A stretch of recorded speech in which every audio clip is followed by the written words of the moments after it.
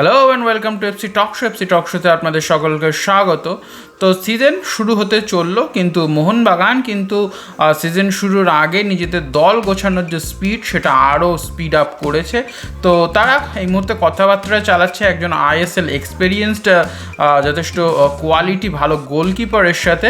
অবশ্যই ভিশাল গ্যাথের ব্যাকআপ হিসেবেই তাকে সই করানো হবে, তবে তিনি ফার্স্ট চয়েস গোলকিপারও খেলার মতন পোটেনশিয়াল তার ভেতরে আছে। আমরা দেখেছি আইএসএলের মঞ্চে তাকে ফার্স্ট চয়েস গোলকিপার হিসেবে খেলতে।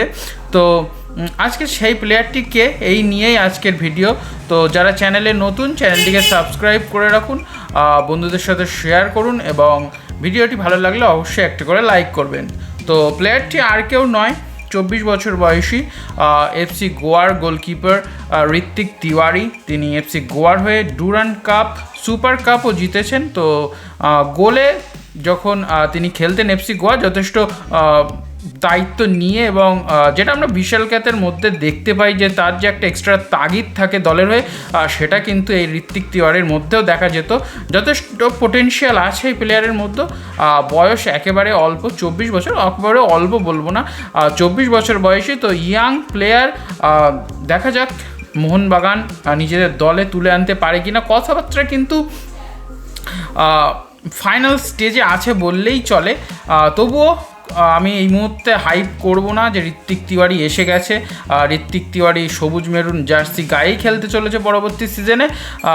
শুধু এটুকু ধরে রাখুন, কথাবার্তা একদম ফাইনাল স্টেজে আছে, যে কোনো মুহূর্তেই কিন্তু সই হয়ে যেতে পারেন। অবশ্যই সই হলে আমি আপনাদের সামনে ভিডিওর মাধ্যমে তুলে ধরবো। তো ঋত্বিক তিওয়ারি তিনি কিন্তু আসতে পারেন মোহনবাগানে। Market value 1.8 crore. এফসি গোয়ার হয়েই তিনি কিন্তু মূলত আইএসএলে খেলেছেন। এফসি গোয়ার হয়েই তার প্রথম আউটিং আইএসএলের মঞ্চে, এবং হয়তো তিনি এবার দল চেঞ্জ করে মোহনবাগানে যোগ দেবেন। তো সময় বলবে যে ঋত্বিক তিওয়ারি কোন দলের হয়ে পরবর্তী সিজনে খেলেন। তো এমনই ছোটোখাটো আপডেট পেতে চ্যানেলটিকে সাবস্ক্রাইব করে রাখুন, এবং যদি এই সাইনটা হয় সেটাকে আপনারা 10-এর মধ্যে কত রেট করছেন সেটিও জানাতে ভুলবেন না আমাদের কমেন্টে। তো দেখা হচ্ছে পরেরই এমন একটা আপডেটেড ভিডিওতে। ততক্ষণ সকলে ভালো থাকবেন, সুস্থ থাকবেন।